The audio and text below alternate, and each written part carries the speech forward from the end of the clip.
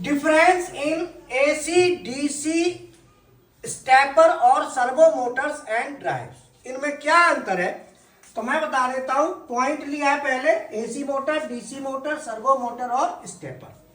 पहला, सबसे पहले speed control bike. Speed control हम किससे करेंगे तो एसी मोटर की कैसे करेंगे, एसी ड्राइव जिसको हम कहेंगे बीएफडी। डीसी मोटर की किससे करेंगे, डीसी ड्राइव। सर्वो मोटर की सर्वो ड्राइव और स्टेपर मोटर की stepper drive.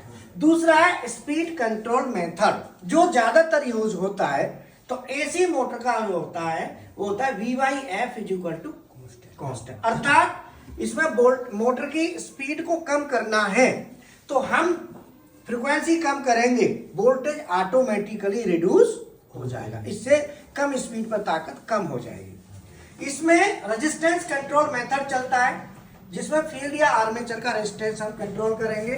Pulse control method है, जो पल्स पर सेकंड हम देंगे ना, जहां पे पल्स दी जाएंगी तो सर्वो मोटर कहां पे काम करेगी, पल्स पे, कांस्टेंट वोल्टेज की पल्स। इसमें एनालॉग भी चलता है। स्टेपर में पल्स कंट्रोल मेथड चलेगा।